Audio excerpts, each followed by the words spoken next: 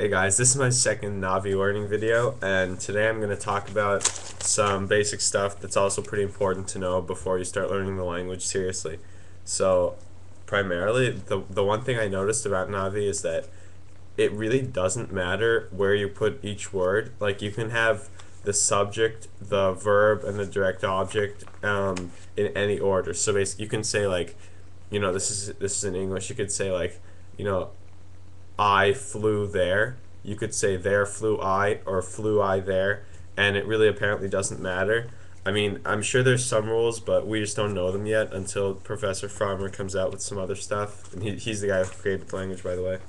Um, so today I'm going to talk about like conjugating verbs a little bit and just suffixes to every single part of the sentence based on what it does. And if you don't know yet, conjugating, you probably know what verbs are, but conjugating verbs are, that's when the verb changes its form a little bit based on like what tense it's in, and tense is like past or present or future. So like there's a difference in Navi between two verbs if they're in different tenses. Like there's a difference between I did that and I'm going to do that, but there's no difference between I did that and she did that. So verbs are they don't care who's doing them, but they only care about when they're being done. And there's different tenses for let me see. Okay, so the different tenses are just did, which is that's like I just did something. There's are doing, like I am doing something, and there's I will do something. That's like I'll do it in the future. And then there's one that's the same as just did, except it's not like just did. It's like I did it a long time ago, or just in the past in general.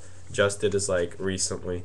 And the last tense is that I was doing something. It's like the kind of like the past progressive, like I was doing, not I did.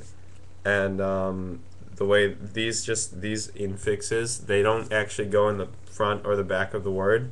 They go in the verb, and I'll explain how this works with an example. So the verb taron in this language is to hunt, Taron, and the way you figure out where to put the infix is you split the verb up into two syllables. So if you split taron, it'll be split into tar and on. So you go to the first syllable and you see where the first consonant and the vowel is. That's T and O. So the infixes go between the T and the O. The way these are is for the just did tense, you put an I and an M in between the T and the O, and the I has an accent over it. This will be in the video. So backwards accented I M, that shows that you just did it. So the verb would be for I just hunted, that would be timaron. Next is that I am doing it, that's ER, so that would be teraron. I'm doing it in the future, AY, so that would be tayaron. And then ol is like I did it, but it was a long time ago, so that would be tolaron. And then the last one, which was that I was just doing something, or I was doing something, that's tirmaron, IRM. That's it for these. This takes a long time to understand and memorize and everything, so you can watch this over and over again.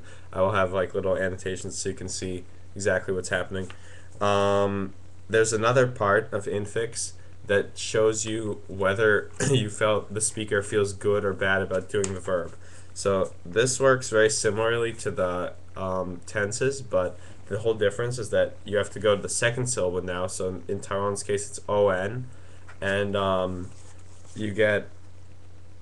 All right. So if you felt good about it, you put an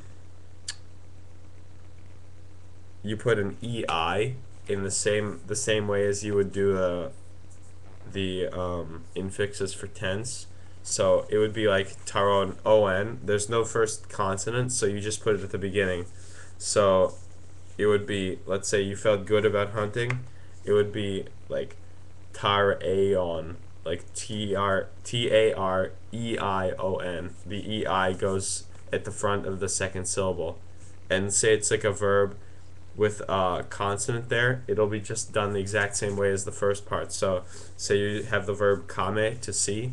The first second syllable is me, M-E, so it would be, you felt good about seeing, it's kamee, K-A-M-E-I-E. It's the same thing for if you didn't like it, except this time you say kamange, A-N-G, kamange, tarangon.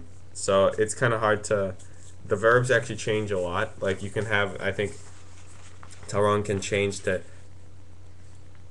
tirmaron, and apparently the Navi can recognize that as a form of taron, to hunt, and that's like, it seems weird to me, but that's how the language is. This is all from learnnavi.org. The link is on the right. And that's just the best website ever, but it's kind of hard to follow sometimes because it's written really complicatedly. So that's very important stuff, and try to get that down.